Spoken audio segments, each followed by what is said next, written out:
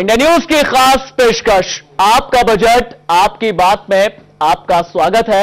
यूं तो देश का बजट प्रणब दा बना रहे हैं, लेकिन आज आपको दिखाएंगे क्या सोच रही हैं वो जिनके हाथ में है हर घर का बजट। हम बात करेंगे क्या अब की बार का बजट फिर से लौटाएगा किचन का जायका या बढ़ेगी गृह लक्ष्मी की टेंशन। तो आपने देखा देश में महंगाई ने घर की गृह लक्ष्मी की टेंशन किस हद तक बढ़ा रखी है।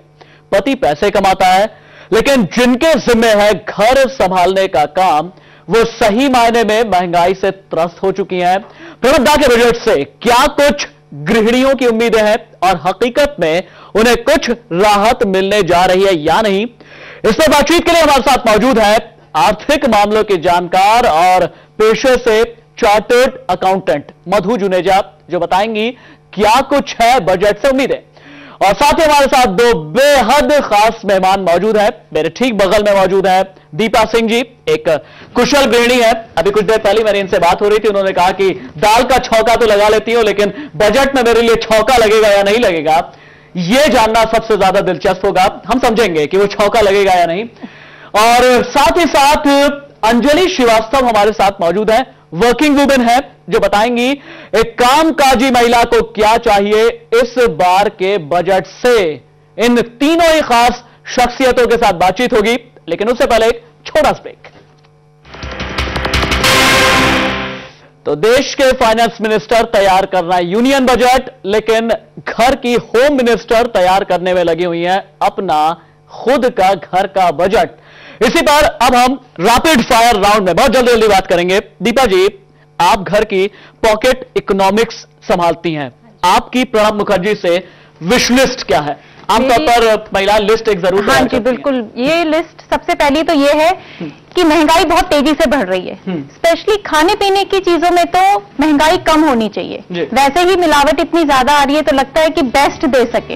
अब हम अपने बच्चों के लिए खाने की चीजें तो कम नहीं कर सकते, तो अगर इस तरीके से दालें, चीनी, ये रोजमर्रा की चीजें हैं, चीनी, दाल, सब्जी, मतलब छोटी से छोटी चीज भी वो बहुत ज्यादा महंगी होती जा रही है। टमाटर, प्याज, आलू, ये रोजमर्रा की जिंदगी में हम यूज करते हैं। अगर यही चीजें इतनी महंगी हो जाएंगी तो हम अपने बच्चों की परवरिश अच्छे ढंग से कैसे कर पाएंगे? अंजलि श्रीवास्तव, आप चूंकि फाउंडर भी हैं स्कूल एडमिशन इंडिया.com की, बच्चों से सीधा संबंध आपका रहा है, बच्चों को पास से उनकी जरूरतों को आप समझती हैं, इस लिहाज से एक सवाल पूछूंगा। जुलाई का जो बजट आया उसमें कहा गया कि बच्चों के लिए प्रणब मुखर्जी ने एक लॉलीपॉप भी नहीं दिया, इस लिहाज से आपकी बच्चों को लेकर के विश लिस्ट क्या होगी? बच्चों को लेकर देखिए, बड़े लोगों को तो हम समझा सकते हैं कि बजट इस तरह के आ गया, महंगाई ज्यादा हो चुकी है, तो इन चीजों पे कटौती करिए। लेकिन बच्चों को, जैसे आप बात करें कि लॉलीपॉप, उनको लॉलीपॉप ही चाहिए। हाँ। तो सबसे पहली बात कि बच्चों को ध्यान में रखते हुए उनको समझाना मुश्किल है, उनकी जरूरतों के हिसाब से महंगाई कम होनी चाहिए। और बाकी जहां तक बच्चों की बात है कि हर जगह पे, अगर आप मेरी अगर वेबसाइट है एडमिशन के रिलेटेड, तो अगर हम बात करते हैं कि फीस से रिलेटेड, हाँ, तो बाकी सारी चीजों पे आप कटौती करोगे। अगर आपको लगता है कि आप बजट ज्यादा है, महंगाई ज्यादा हो चुकी है, आप घूमना अवॉइड कर सकते हो, लेकिन आप ये अवॉइड नहीं कर सकते कि इस साल एडमिशन ना करें और नेक्स्ट बजट की वेट करें कि फीस कम हो। जरूरत और शौक के बीच फर्क करना बहुत ज्यादा जरूरी होता है।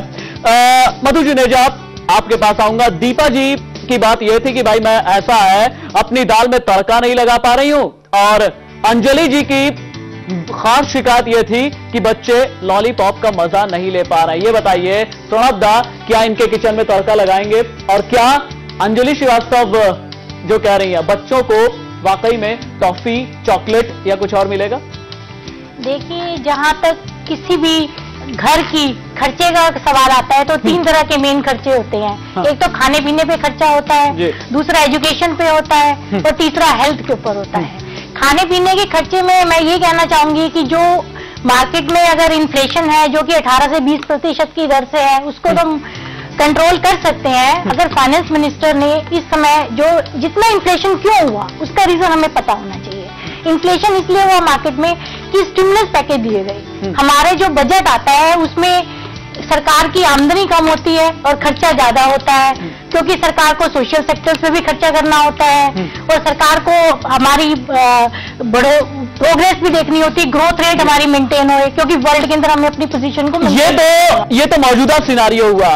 भविष्य क्या तय करेगा ये बताइए। भविष्य में जैसे कि अब हमने देखा हमारी कंट्री की ग्रोथ रेट धीरे धीरे सही होती जा रही है, इट इज अचीविंग बेटर। तो धीरे धीरे हमें जो लगता है कि फाइनेंस मिनिस्टर अपना स्टिमुलस पैकेज जो उन्होंने दिया है धीरे धीरे विड्रॉ कर सकते हैं। लेकिन इस विड्रॉल से महंगाई को काबू करने का संबंध किस तरह से तलाशेंगे आप? इसलिए स्टिमुलस पैकेज जैसे जैसे कम होंगे, सरकार की जो कंसेशंस हैं वो धीरे धीरे रिड्यूस होते जाएंगे। इससे जो सरकार की जो डेफिसिट है वो कम, धीरे धीरे उसकी जो इंक्रीजिंग की रेट थी वो रिड्यूस होती जाएगी। दीपा जी, मेरे ख्याल से आप जो अपना बही खाता तैयार करती होंगी उसमें आप खास तौर से महिलाओं के लिहाज से टैक्सेस भी लेकर के चलती होंगी, जिसकी लिमिट 1,90,000 के आसपास है। इसे भी चूंकि पिछले बार लगभग 10,000 के आसपास बढ़ा करके दिया था, इस बार उम्मीद है कि उसमें भी आपको कुछ बढ़ा करके मिलेगा? उम्मीद तो पूरी है और थोड़ा सा बढ़ाना भी चाहिए, क्योंकि बाकी इतनी महंगाई इतनी ज्यादा है तो सरकार को कहीं ना कहीं तो थोड़ा बहुत तो फायदा देना चाहिए ना।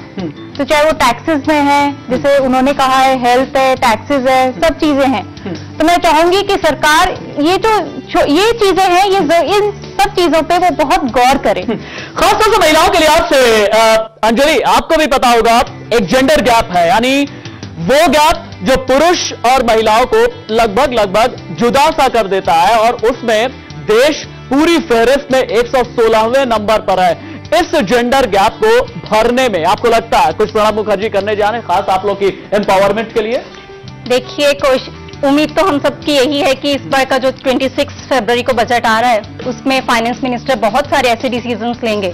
बाकी वही जैसे आप मेन बात कर रहे हैं कि अगर हम ये जो स्लैब है, एग्जेम्पशन है टैक्स में, अगर महिलाओं के लिए अभी तक 2.5 तक है, उम्मीद की जा सकती है कि 4 लाख तक में उसमें एग्जेम्पशन हो सके और ये जो स्लैब है वो उनको इंक्रीज करा जा सके, जिससे कि ये जो महंगाई है और टैक्स बेनिफिट दोनों चीजों को अगर पैरेलल रख के देखा जाए तो कुछ बेनिफिट हो। वैसे भी विमेन राइट एक्टिविस्ट ने साफ तौर से कह दिया, प्रणब दा आपको हमारी सुननी ही पड़ेगी। वक्त ब्रेक का हो चला है, सभी